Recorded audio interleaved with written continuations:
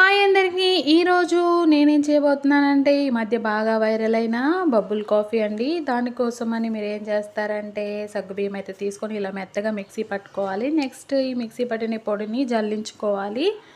ఇలా జల్లెడ పట్టిన తర్వాత దీంట్లోనే మనము కోకో పౌడర్ ఉంటుంది కదా, కోకో పౌడర్ అయితే వేసుకోవాలి. కొంచెం ఎక్కువ వేయాలి, నేను కొంచెం తక్కువ వేసాను. నెక్స్ట్ వాటర్ వేసేసుకొని ఇలా కలిపేసుకోవాలి. ఇలా కలిపిన దాన్ని చిన్న చిన్న రౌండ్ బాల్స్ లాగా అయితే చేసుకోవాలి. చూడండి, ఇక్కడ చూపించే విధంగా బాల్స్ లాగా చేసుకొని పక్కన పెట్టేసుకోండి. దీనిపైన కొంచెము కార్న్‌ఫ్లోర్ అయితే చల్లుకొని ఈ విధంగా అయితే చేసేసుకొని పక్కన పెట్టేసుకోండి. నెక్స్ట్ హాట్ వాటర్ పెట్టేసుకొని హాట్ వాటర్ మరిగిన తర్వాత ఇవన్నీ కూడా దీంట్లో వేసేసి ఉడికించుకోవాలి లో ఫ్లేమ్‌లో.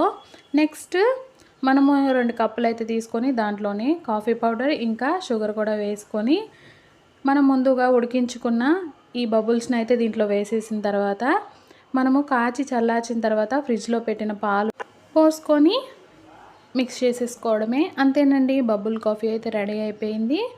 వీడియోస్ చూసి ఎప్పటి నుంచో తాగాలి అనుకునేదాన్ని, ఫైనల్గా ఇంట్లోనే చేశాను.